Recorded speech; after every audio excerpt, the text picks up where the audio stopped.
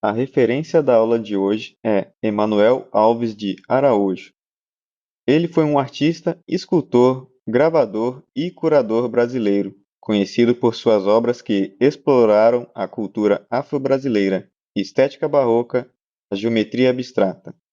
Nascido na Bahia, destacou-se na xilogravura e na escultura, criando trabalhos marcados por contrastes, formas geométricas e referências à arte africana.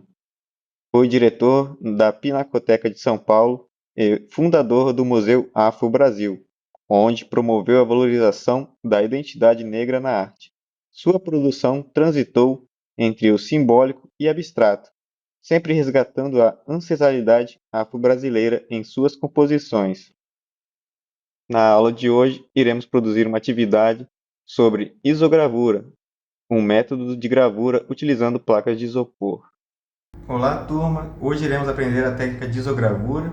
É uma técnica que consiste na técnica de gravura, só que utilizando placas de isopor. Para fazer essa técnica, é mais comum se encontrar em supermercados placas de isopor que possuem esse certo relevo. Para facilitar o nosso processo de impressão, é interessante que, utilizando uma tesoura, seja recortado esse relevo para se conseguir obter uma placa plana, facilitando o processo de impressão posteriormente. Os demais materiais necessários para a impressão serão algum recipiente para colocar a tinta, e aí pode ser um godê, ou então pode ser um crivo de ovo, pode ser outros materiais de plástico que recebam a tinta e possam ser limpados depois. Para fazer a aplicação da tinta, pincel funciona muito bem, esponja, rolos também funcionam bem. A tinta utilizada será a tinta guache. Tintas acrílicas são viáveis também, mas a guache, pelo seu preço e facilidade de acesso, é o mais prático no nosso caso.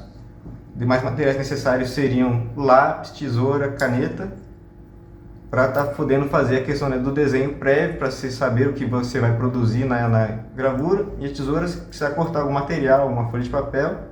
E as canetas em si, seria interessante ter dois tamanhos de pontas de caneta, uma de ponta mais grossa e uma de ponta mais fina, para poder ter uma diferença na hora de produzir as linhas da gravura. E um material que pode ser utilizado também seriam clips, que tem um formato, existem clips maiores e menores, mas as canetas atendem bem e facilitam a questão da pegada para produzir a gravura. E para utilizar na impressão, pode ser o papel A4 Chamex comum mesmo. A necessidade é pedir que os alunos já iniciem a atividade fazendo o desenho, e a partir da nossa referência faz um diálogo, seria a questão de ter a questão de arquitetura, e ele também vai trazer as questões de pessoas, animais. Então, aqui como referência eu trouxe uma simplificação de um espaço aí que relembra uma igreja muito simplificada e uma certa pessoa com os traços minimalistas.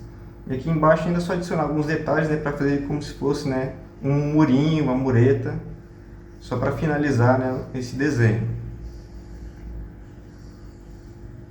Agora, com o desenho finalizado, a gente pode estar passando esse desenho para a nossa placa de isopor. E uma coisa que a gente tem que sempre relembrar nossos alunos é que o nosso desenho base, no momento que ele for passado para a matriz, na hora da impressão, esse desenho vai ser invertido horizontalmente. Então esse é um detalhe que a gente tem que relembrar aos nossos alunos. Utilizando as canetas, a gente pode estar dando o início, a questão da gravação da placa. Com a caneta mais fina, é interessante que sejam detalhes mais finos. No caso aqui, o meu desenho ele consiste mais ou menos em todas as linhas do mesmo tamanho, então eu vou utilizar só a caneta grossa. E a questão de ter as linhas, elas não devem perfurar a placa, elas não devem passar totalmente pela placa, porque senão você vai perder a estrutura da placa e assim você não vai conseguir trabalhar com o formato. Então as linhas elas têm que ter certa profundidade, mas é uma profundidade pequena, só o suficiente para criar essa diferença do plano mais alto, pois uma vez que a tinta encosta na placa, ele vai ser só transferido o que está em cima da placa. Então não precisam ser linhas muito profundas.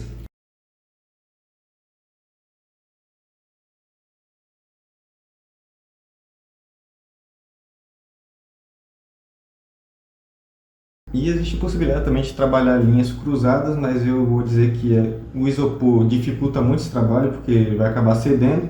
Então, É interessante que sejam linhas paralelas, né? Então, criar uma área, né, de luz, né? Você vai estar fazendo as linhas na entrada aqui, por exemplo, da igreja, né? Criando uma porta aberta, fazendo linhas paralelas. E nesses espaços das linhas, né, a tinta não vai entrar e aí você, na hora da impressão, vai ter um espaço branco. Agora, com a placa finalizada, a gente pode partir para o processo de entintamento dessa placa. Utilizando a tinta guache, despejando no seu recipiente escolhido, a gente vai espalhar essa tinta para que não fique muito acumulada e vamos passar em toda a placa.